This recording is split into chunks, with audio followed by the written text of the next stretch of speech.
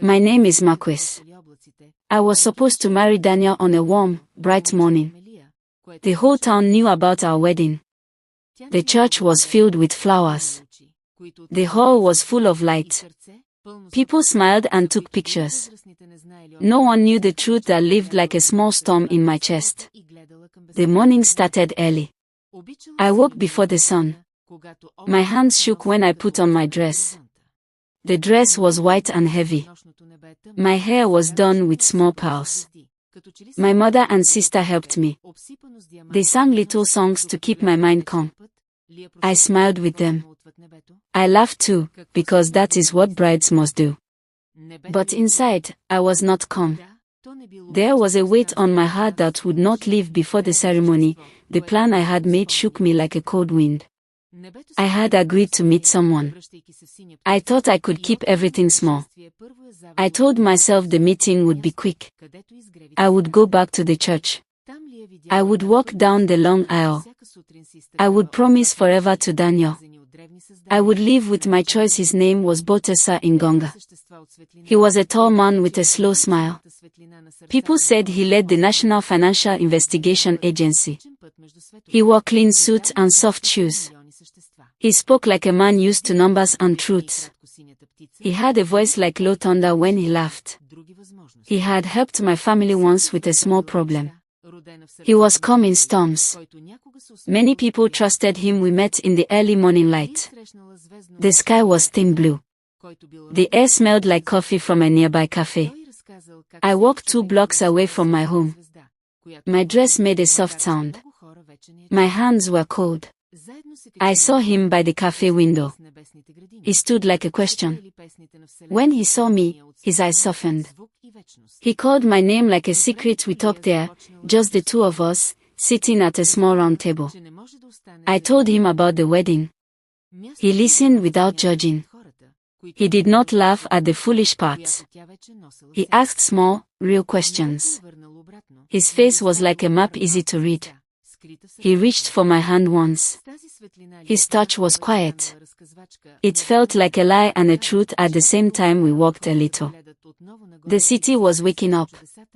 People walked their dogs. A child ran by with a red balloon. We found a small garden with old benches. The garden smelled of jasmine. The sun made patterns through the leaves. We sat together. No one else was near. The world seemed to slow down like someone pressed a sleep button. I did not tell Daniel. I had told myself I could not. I had said things to myself like coins in a pocket. This will be the last time. This will not change anything. This will be 1 hour only. But promises like coins can fall out. They can scatter on the road. Botesa did not rush me. He spoke about small things. At first, the old shops in the city, his favorite bread, a book he had read. I listened and forgot the drum of my heart for a while.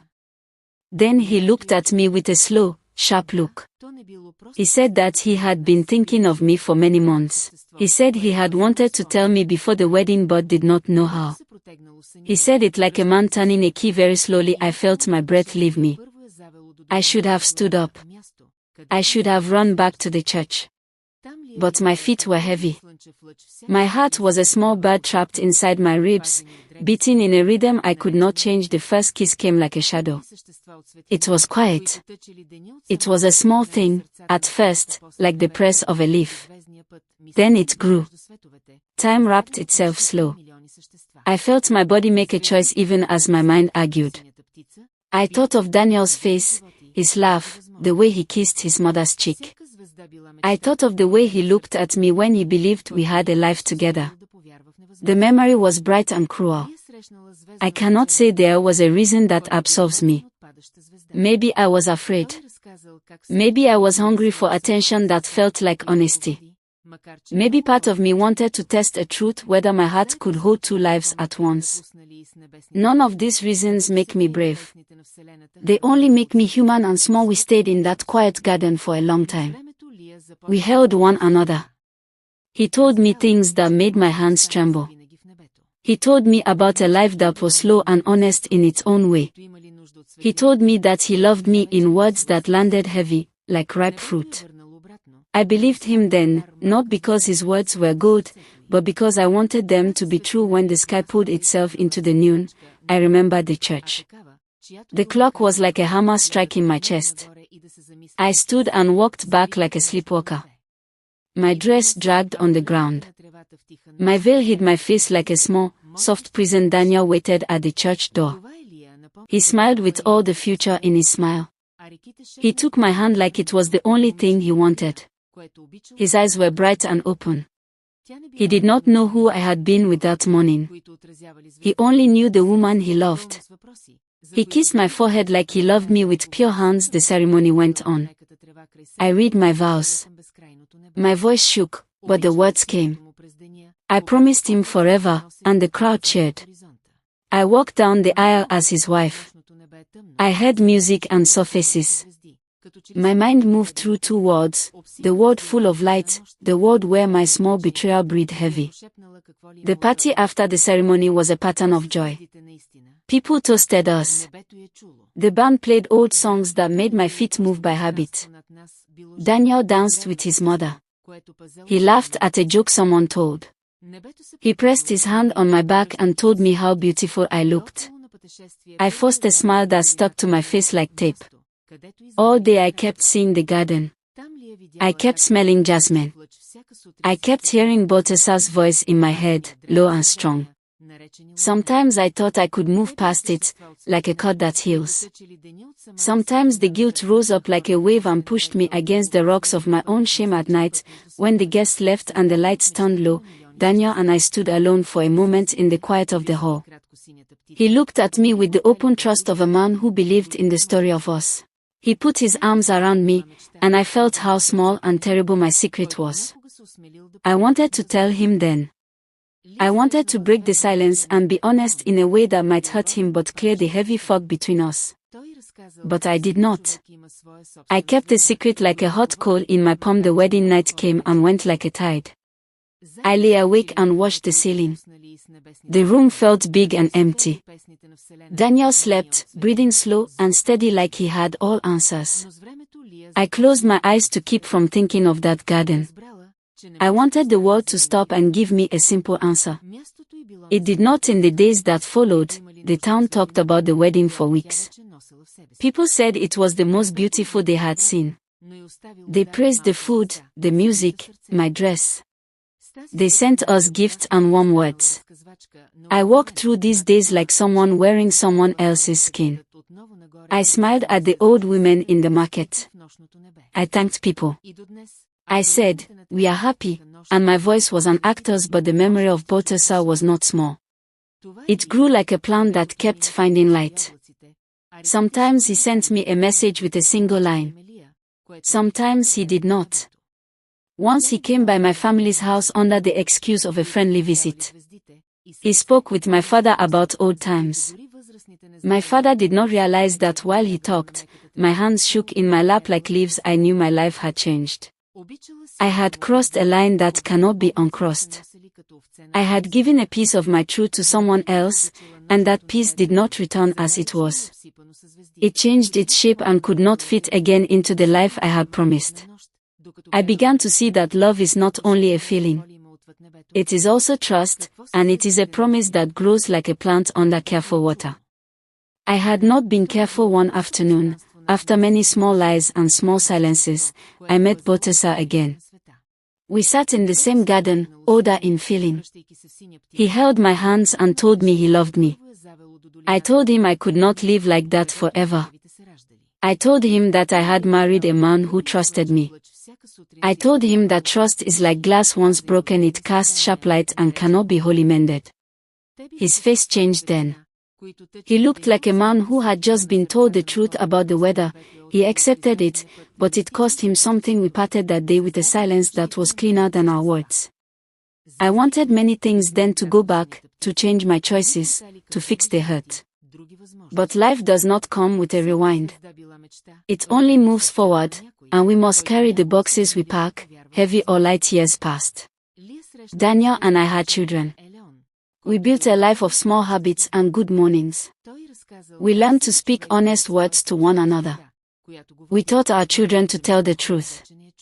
I thought of that day often, like a picture in a drawer I did not open. I swallowed the regret like bitter tea. I told myself I had been a young woman who made a sharp, wrong turn. I learned to forgive myself slowly, not because what I did was right, but because revenge on ourselves does not fix the past. After the wedding, I thought things would become quiet. I thought the memory of that morning with Botesa would slowly fade away like dust in sunlight, but I was wrong. Something had started that day in the garden, something I could not stop, and something I did not want to stop, even if I knew it was wrong. I was now a wife. I wore a ring. I had a home with Daniel. The walls of our new house smelled like fresh paint and new beginnings. Daniel was a kind man. He worked hard. He kissed my forehead before he left every morning. He called me during lunch breaks. He smiled when he talked about our future, but my heart was divided. And when the heart is divided, it does not beat the same. Daniel had a demanding job. He worked with an international shipping company. Sometimes, he had to travel for 2 or 3 days. Sometimes, he worked night shifts. At first, I missed him. I waited by the window. I watched the clock. But slowly, when he was gone, I found myself walking toward my phone. I would type a short message, "He's not home tonight," and Botesa always answered, "I'm coming." It became a pattern. Like a second life, I kept hidden in the shadows. Botesa never came loudly.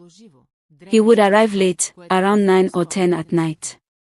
He wore dark clothes and smelled of strong cologne and night air. He always brought something: a bottle of wine, a box of chocolates, sometimes books. He never stayed in my life publicly. But privately, he lived in my house as much as Daniel did, only in silence, only in secret. We would sit in the kitchen first. He would pour wine. He would ask about my day. He would touch my hand and tell me I looked tired, or beautiful, or brave. I felt like 2 women with Daniel. I was the perfect wife. I cooked, cleaned, smiled, and shared plans with Botesa. I was someone else. I could cry, laugh wildly, say things without fear. I told him things I never told Daniel. Some nights, I didn't even understand myself. I would lie in bed after Botesa left, and stare at the ceiling. I would press my hand to my chest and ask myself, who am I becoming? But the answers never came. The heart wants what it wants. And sometimes, what it wants is quiet and dangerous. Botesa knew every corner of our house: the creak in the floor near the stairs, the second light switch that didn't work, the way my cat always slept near the door when Daniel was away. Botesa would come not just to talk. He would stay. We would sleep together in the same bed that Daniel and I shared during normal days. I know how terrible it sounds. I felt it, too. Every time I changed the sheets the next morning, I felt the guilt climb up my throat.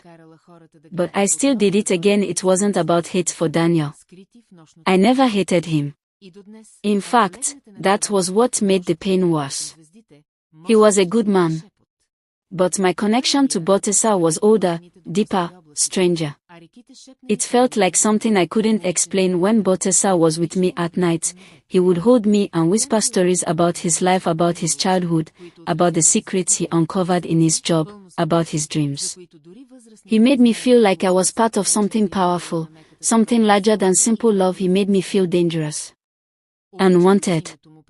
During the day, I would return to normal breakfast with Daniel, grocery shopping, calls with my mother, visiting my sister, taking care of the house, smiling, pretending. I had become a good actress. I knew how to laugh at the right moment.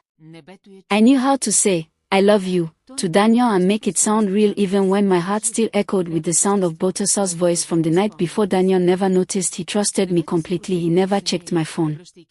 He never asked where I had been. If I came home late, I said I was visiting my cousin or helping my aunt. He nodded and believed me every time. There was a deep guilt that lived under my skin. But it didn't stop me. I told myself that I wasn't hurting anyone because no one knew. I told myself that it was just temporary, that I would end it soon. But weeks became months, and months became years. Botesa became my shadow life. A life I entered when the sun went down. One night, Daniel left for a 3-day work trip to the coast. He kissed me goodbye and said, "Take care of yourself, my love." That night, it rained hard. The sky looked angry, and the wind pushed against the windows. I didn't message Botesa at first. I told myself, not tonight. I'll be good tonight, but around 9 p.m., I felt the silence crawl up my spine. The loneliness was too loud. I messaged him. He came, wet from the rain, smiling. We laughed. We dried off. We drank wine. That night, something felt different.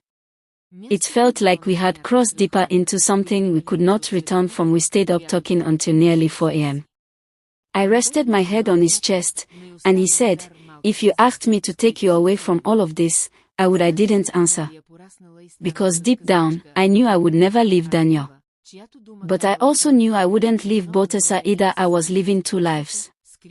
And somehow, I was too weak or too scared to choose just one. People in town called me lucky. "You married a good man, Marquis," they said.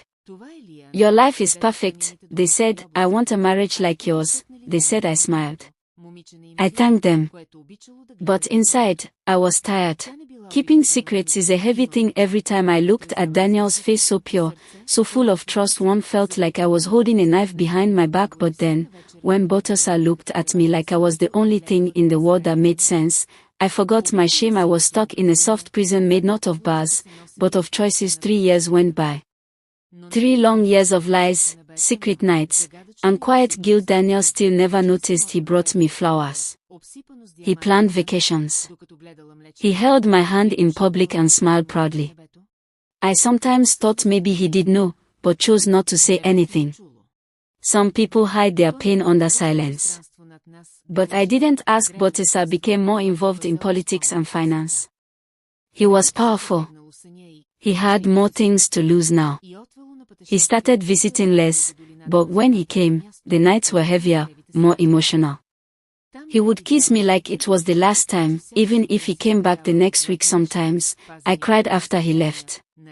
Sometimes, I wanted to run away. But I didn't. I remember it was a quiet Saturday afternoon. The sun was shining through the curtains, casting a warm glow over the bedroom. My husband, Daniel, had left early that morning for a business trip to another city. He was supposed to be gone for 3 days. I kissed him goodbye at the door, told him to take care, and watched him drive off. Later that day, Botesa came over. Botesa was Daniel's best friend. He had been around the family for years. He was tall, charming, and always knew how to make me laugh. Over time, we had grown close.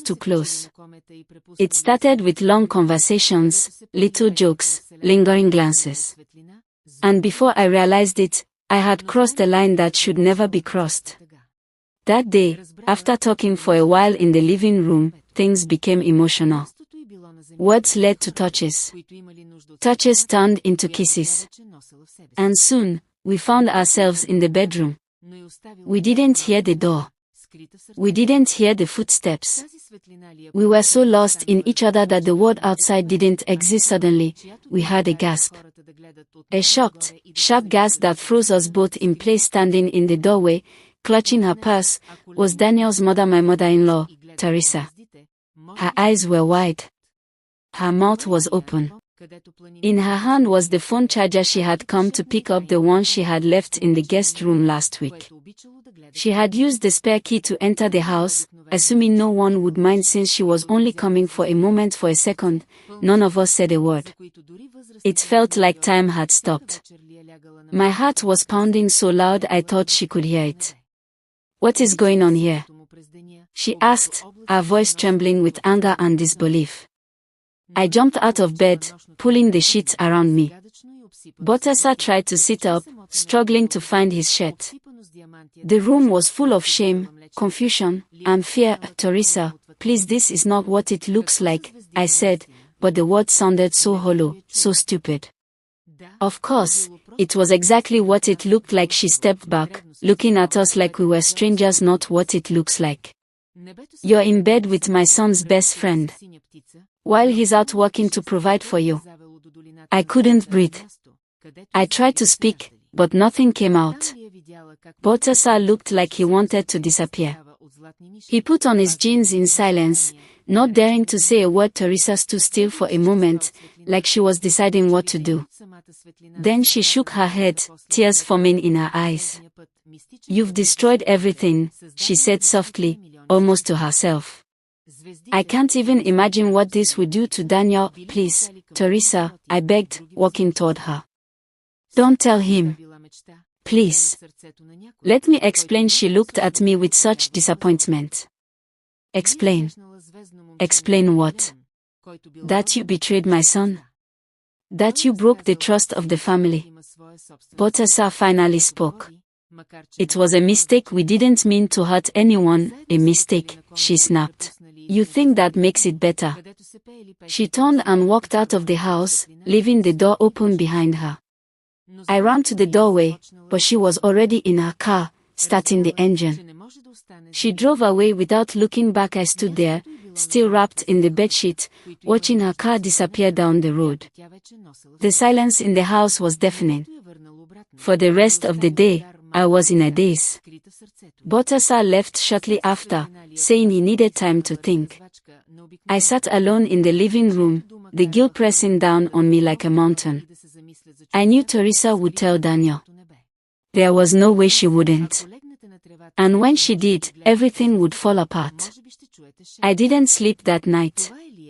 I kept checking my phone, waiting for a call or a message. But nothing came. The silence was worse than shouting. The next morning, I received a text from Daniel coming home early. We need to talk. I stared at the message for a long time. My hands were shaking. My world, my marriage, my family, it was all about to crash down. All because of one terrible choice. I sat on the edge of the couch, holding my phone tightly in my hand. My eyes were fixed on the door. Every sound outside made me jump. The ticking of the clock felt louder than usual. I kept looking at the time. Minute after minute passed like hours. My chest felt heavy, like a stone was sitting on it. Daniel was coming home early and he knew. I didn't know what he was going to say. I didn't know what I could say.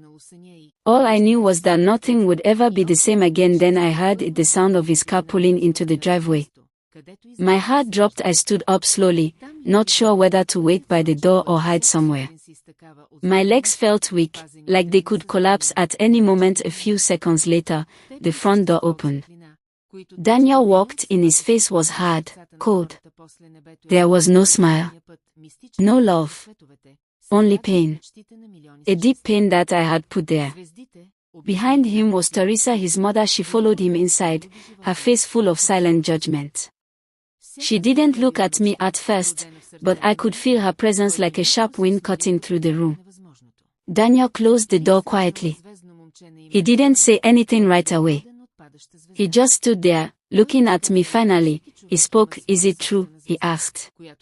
His voice was calm, but shaking. I opened my mouth, but the words wouldn't come. My throat felt dry. I tried to nod, then stopped. I couldn't even cry. Don't lie to me, he said, louder now. Was it true? What Mom saw? I nodded slowly. Yes. One word. That one word destroyed everything.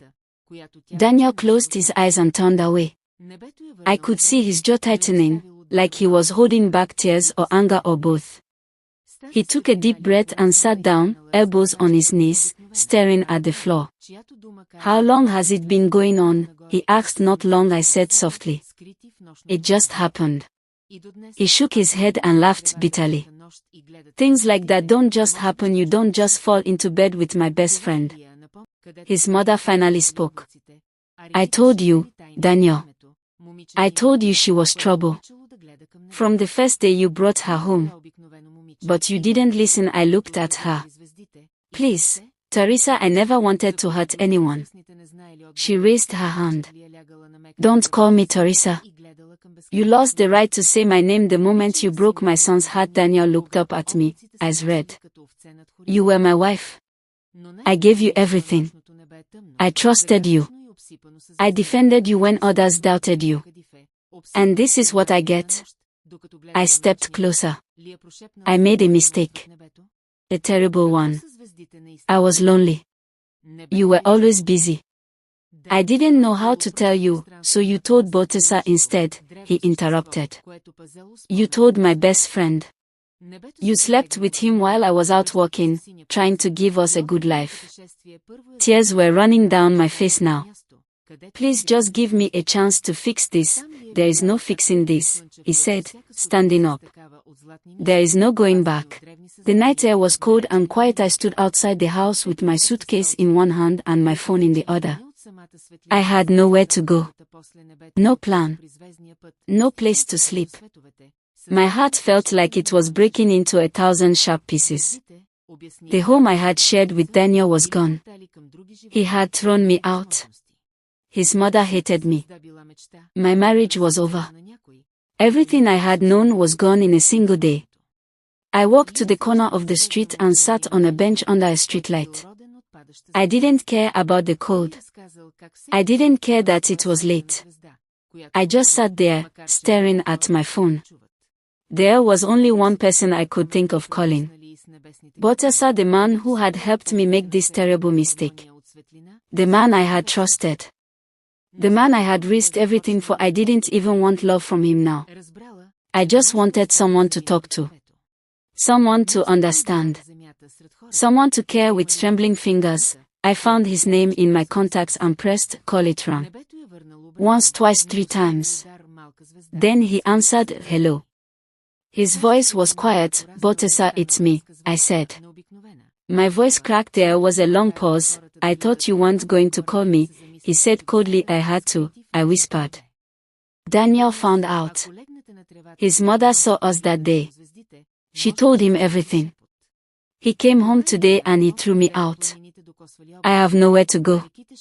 Another silence. I told you this would happen, Botesa said. I told you this was dangerous. Tears streamed down my cheeks.